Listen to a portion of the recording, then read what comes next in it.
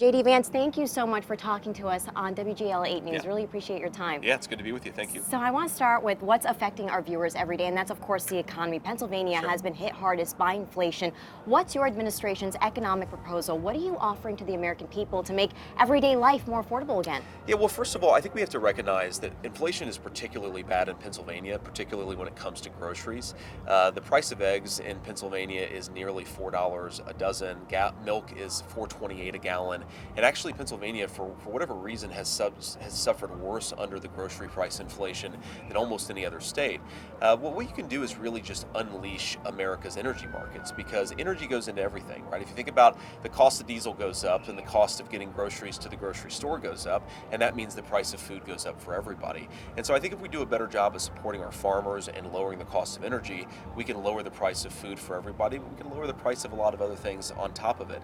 One of the problems with Kamala Harris's policies is she actually cast the tie-breaking vote on the Inflation Explosion Act, which really sent prices on everything from food and housing through the roof. So you unleash American energy markets, you stop spending money we don't have, and you're going to make everything more affordable for Pennsylvanians. Yeah, and you brought up farmers. The agriculture trading industry, of course, is a big business here. It's the backbone of Pennsylvania's economy. Of course, yeah. Now, the Shapiro administration, they recently invested $10 million in an innovation grant program. It's the first of its kind to help farmers with better technology. What would you do to help Pennsylvania farmers? Yeah, so I think it's a great idea, actually. One of the things we can definitely do is make our farmers and our farms more technological, more productive. That'll obviously relieve some burdens on our food prices too, but also make the farmers actually make a little bit more money, be a little bit more stable. Because one of the problems with farming, especially family farming, is it's such an up and down business that you have a lot of folks who just go out of business when the corn price or some other price is too low in a particular year. So I think we ought to be doing a lot to make our farmers more productive. But one of the things that really worries me is that under Kamala Harris's policies in 2023, for the very first time,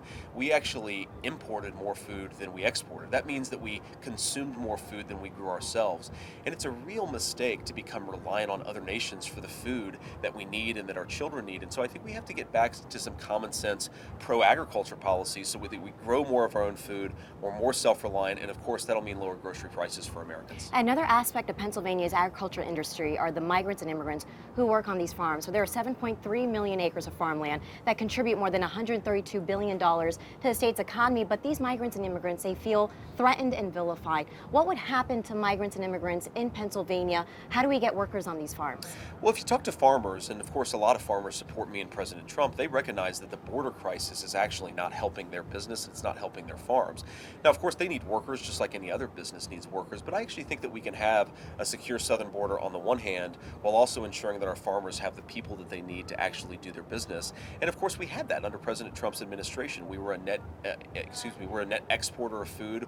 We grew more food than we needed. Inflation in farming and in food was way lower than it is today, but we also had a secure southern border. So I think in some ways we can do all of these things at once. We just have to get back to common sense leadership. And staying on immigration, there are 560,000 eligible Pennsylvania Latinos who can vote. There are more than 333,000 Asian American and Pacific Islanders, and Lancaster City is actually considered a sanctuary city for refugees.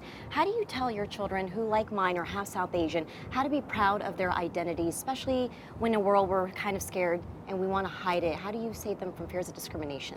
Well, I think I just tell my kids to be who they are, and they are very proud of their Indian heritage. They're also very proud of the Scots-Irish heritage they get from their dad, but most importantly, they're proud of being Americans. And I think it's one of the great things about, their mother and I's love story is that it almost couldn't have happened anywhere else but the United States of America, and that's something to be proud of.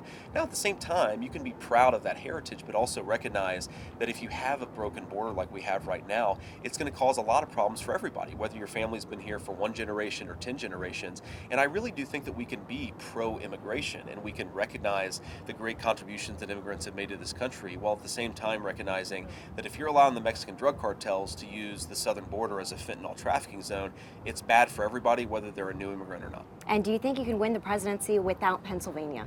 I think it's very hard. It's always difficult to play in the hypotheticals, but Pennsylvania is extremely important to us. It's obviously a beautiful state. I've spent a lot of time here. It feels like a second home a little bit, and I've even got my kids on the road with me today. But we love this state. I think we're going to win this state, and I think we're going to win the presidency. And you've got the debate coming up. What's your game plan to go up against Tim Walz? Just trying to study policy as much as possible. I think the American people, unfortunately, I think the Kamala Harris campaign sometimes talks to her fellow Americans like their children. I think think Donald Trump and I want to talk to our fellow Americans like fellow citizens and actually talk about public policy that can make their lives better. And the fact that, under Kamala Harris's leadership, she cast the deciding vote in the Inflation Explosion Act. She pursued a lot of policies that opened the southern border. The reason why things aren't going as well as they could is because of broken leadership and broken policies. So I'm going to focus on the policy and try to convince people that we do a better job, because I know we would.